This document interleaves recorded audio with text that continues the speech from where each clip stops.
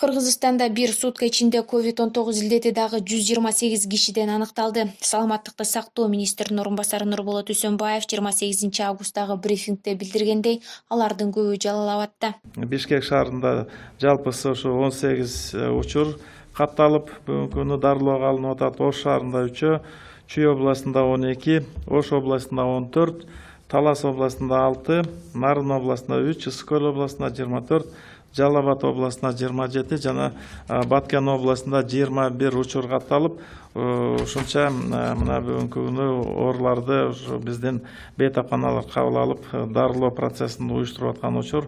Өткөн сутка ичинде COVID-19 илдетинен каза болгондор катталган жок, бирок ошол эле учурда коронавирустун жайылышы уланып жатканын министрдин орун басары кошумчалады.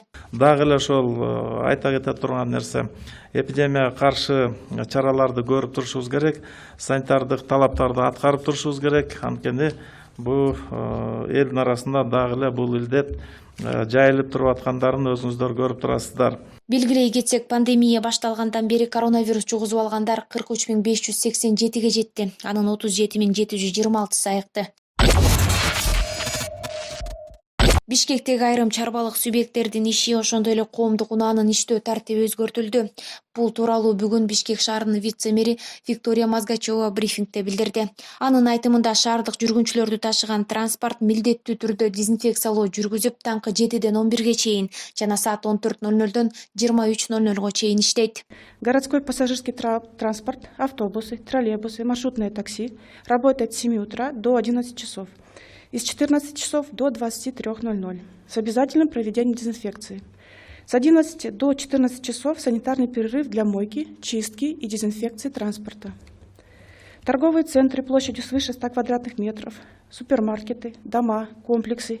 Сети магазинов отныне работают ежедневно с 7 утра до полуночи. Кафе и рестораны, а также другие точки общественного питания с 7 утра до полуночи. При этом разрешается работать службам доставки еды при строгом соблюдении санитарных норм. Еда на вынос без ограничения времени. Столичные рынки работают в прежнем режиме. Каждый день с 9 утра до 17:00, но с обязательным санитарным перерывом. Бул чаралар атайын токтом кабыл алынганга чейин, башкача айтканда, Бишкек шаарынын аймагында эпидемиологиялык абал жакшырганга чейин колдонулат жана менчигинин түрүнө карабастан бардык үчүн милдеттүү болуп саналат.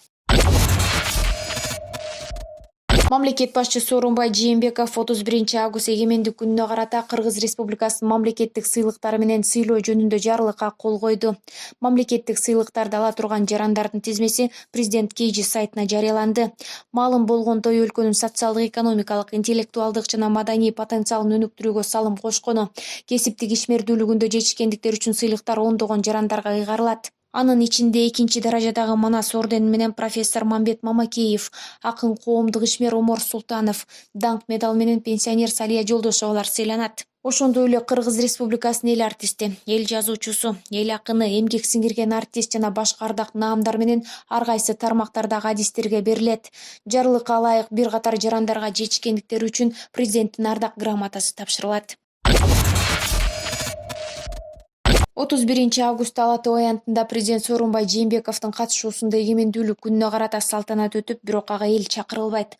Маданият, маалымат жана туризм министрлигинен кабарлашкандай, республикадагы эпидемиологиялык кырдаалдан улам иш-чара онлайн түрүндө 10:00 башталып 11:00 аяктайт.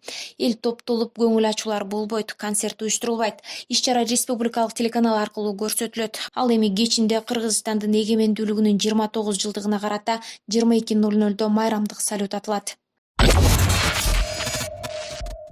28 августта өкмөт башчы Кубатбек Боронов Бишкек жылуулук электр борборунун күз-кыш мезгилине даярдыгы менен таанышуу учурунда сырттан көмүр ташып келүү иштериндеги кемчиликтер үчүн тиешелүү мамлекеттик органдардын ишин сындады. Бороновдун айтымында импорт боюнча март-апрель айларында эле тендерлерди өткөрүп, келишимдерди түзүү иштери башталыш керек болчу. Биз ар кандай күтүлбөгөн кырдаалдарга даяр туруп, аларды ыкчам чечүүбүз керек. Бишкек шаарынын тургундарын күз-кыш мезгилинде жылуулук менен камсыз кылууда энергетикалык объектилердин жетекчилери жоопту, деди премьер-министр. Улуттук энерго холдинг компаниясынын маалыматына караганда, Бишкек жылуулук электр борборуна жылына 1.110.000 тонна көмүр керектелет. Анын 760.000 тоннасы жергиликтүү өндүрүштөн, 350.000 импорт. Өкмөттүн маалыматына ылайык, учурда Кара Кече көмүрүн ташып келүү иштери план боюнча жүрүүдө. Ал эми импорт отуну боюнча тендер өтүп жатат. Жогорку кеңештеги өнүгүү прогресс фракциясынын депутаты Жунус Уулу Алтынбек жана Кыргызстан фракциясынын депутаты Данияр Төлөнов мандатын тапшырды. Бул тууралуу Борбордук шайлоо комиссиясынан билдиришти. Аталган депутаттар алдыдагы парламенттик шайлоого аттанышат. Ал эми БШК Кыргыз Республикасынын Жогорку кеңешиндеги өнүгүү прогресс парламенттик фракциясынын депутаты Алтынбек Жунус Уулу менен Кыргызстан фракциясынын депутаты Данияр Төлөновдун депутаттык ыйгарым укуктарын жазган арыздарынын негизинде мөөнөтүнөн мурда токтотуу чечимин кабыл алган. Белгилей кетсек, акыркы айларда парламенттин 10го жакын депутаты кийинки чакырылышка ат салышы үчүн мөөнөтүн аяктабай эле мандаттарын тапшырып жатышат. БШК Кыргызстан партиясы боюнча жогорку сотко кайрылат. Бул тууралуу Борбордук шайлоо комиссиясынын төрайымы Нуржан Шайлдабекова билдирди. Анын айтымында БШК Кыргызстан партиясына карата Бишкектин административдик соту чыгарган чечимге макул эмес. Жакын арада БШК кассациялык арыз менен жогорку сотко кайрылат. Буга чейин кабыл алган чечимибизде мыйзамдуу болгон деп эсептейбиз, деди Шайлдабекова. Эске салсак, БШК 25-августта Кыргызстан партиясы шарттарды бузган деген негиз менен анын документтерин артка кайтарган. 26-августта Кыргызстан партиясы БШКнын чечимине каршы Бишкектин административдик сотуна арыз берген. 27-августта сот аталган партиянын арызын канааттандырган. Бишкек Ошуна жолунда катталган кырсыктан 9 жаштагы бала каза болуп, 5 киши жабыркады. Бул тууралуу Говори ТВга Чүй милициясынын жол кыймылынын коопсуздугун камсыздоо боюнча башкы башкармалыктан билдиришти. Маалыматка ылайык, кырсык 27-август күнү эртең мененки саат 9:30 чамасында болгон. Алдын ала маалыматтар боюнча Mercedes-Benz үлгүсүндөгү жеңил автоунаа каршы тилкеге чыга калып, Mercedes Sprinter үлгүсүндөгү кичи автобус менен сүзүшкөн.